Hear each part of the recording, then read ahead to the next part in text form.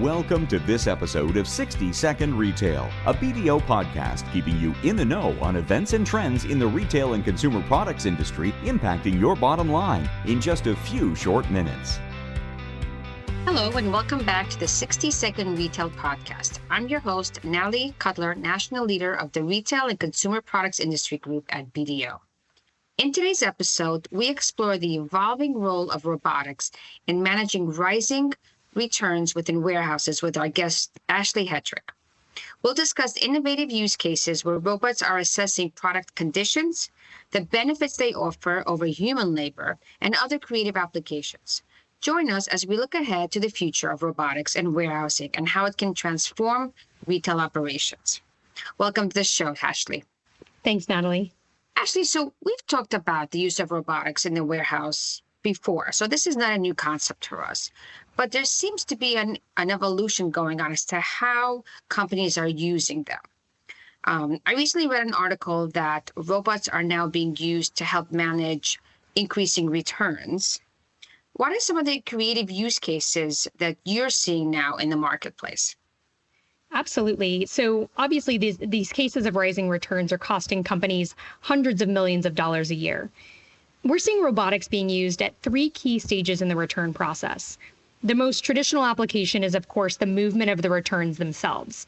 When they enter the warehouse, reducing the cost of getting them back on the shelves. Reverse logistics in the same way that you'd use them for outbound logistics.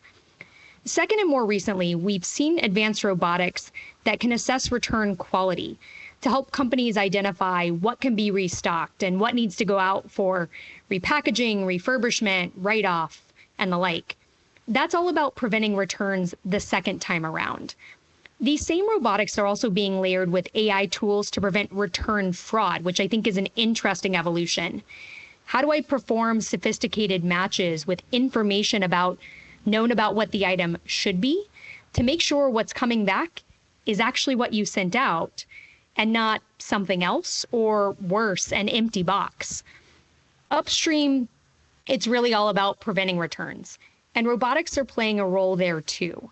They're assessing conditions before items get shipped out and ensuring they match with known descriptions to ideally prevent them from being returned in the first place. So we're seeing them appear across the warehouse to help us deal with this return problem. I think it's actually incredible. And we talk about AI, I think almost in every podcast these days, AI comes up in some way or another. But, using AI and robotics is probably something incredibly unique that I haven't heard before. So let's stick to robotics. What are the benefits of using robotics as opposed to, say, humans when you're reviewing the returns and the conditions of these returns? It's all about speed and cost.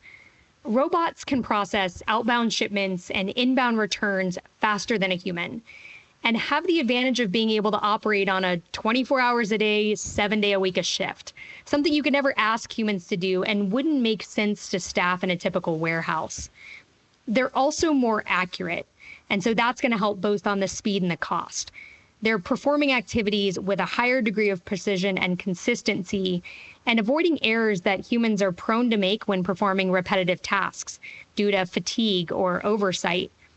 The other piece that I think is really interesting about robotics in the warehouse is their ability to capture data. I know we're focused on robotics and not AI, but if you've got customer input that an item wasn't as described as your condition for return, your robotics can capture data on that return condition and give you really great insights into the what. Was it damaged? What did the damage look like? Was it a color variation problem? What caused the return? The effort it would take for a human processing returns to also capture that visual information would be immense, and your robot can do it while it's processing the return itself. So we're getting faster, more accurate, and a lot of really valuable data to hopefully drive down returns in the future. That is really incredible, gathering all of that data and gathering all of that information. And I know that we've had podcasts in the past, where we talked about a significant amount of data that we're all collecting these days and how we process that properly and to our benefit, and not just collect the data for the sake of collecting data.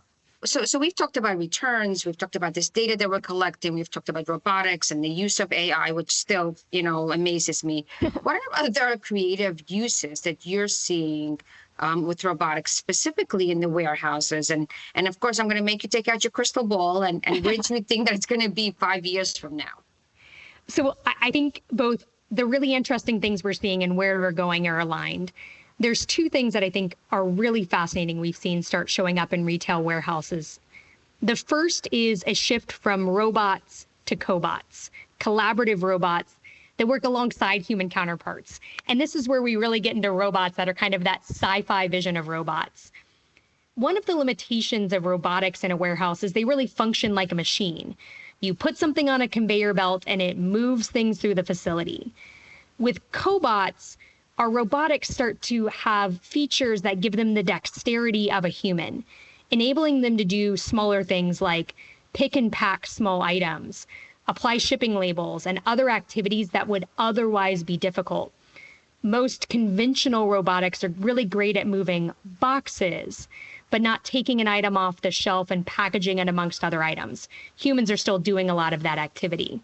So this idea of cobots that work like people and also don't have to be in a secure, separated space, I think is really interesting.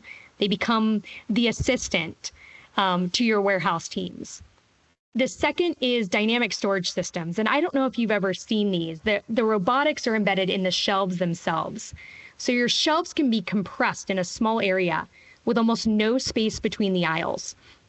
Based on needs or the pick and pack request, the aisles are moved and the robotics slide between the aisles to perform the activity. The benefit of this is you can store items in a much more compressed space while leveraging specialty pick robots to navigate high shelves and move heavy items.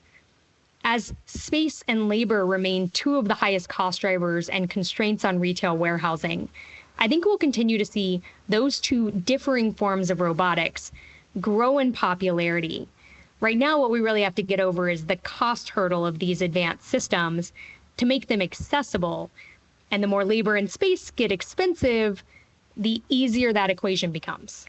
That is actually, I can't wait to see it in action. So the second item you described, where you have the robotics in the actual warehouse, in the locations, I've actually seen that. One of my clients have that. It's absolutely fascinating, but I have yet to see a cobotic, and I would love to go out with you the next time you're going out to one of your warehouses so I can see one of these things in action. Yeah, absolutely. Oh, that's great.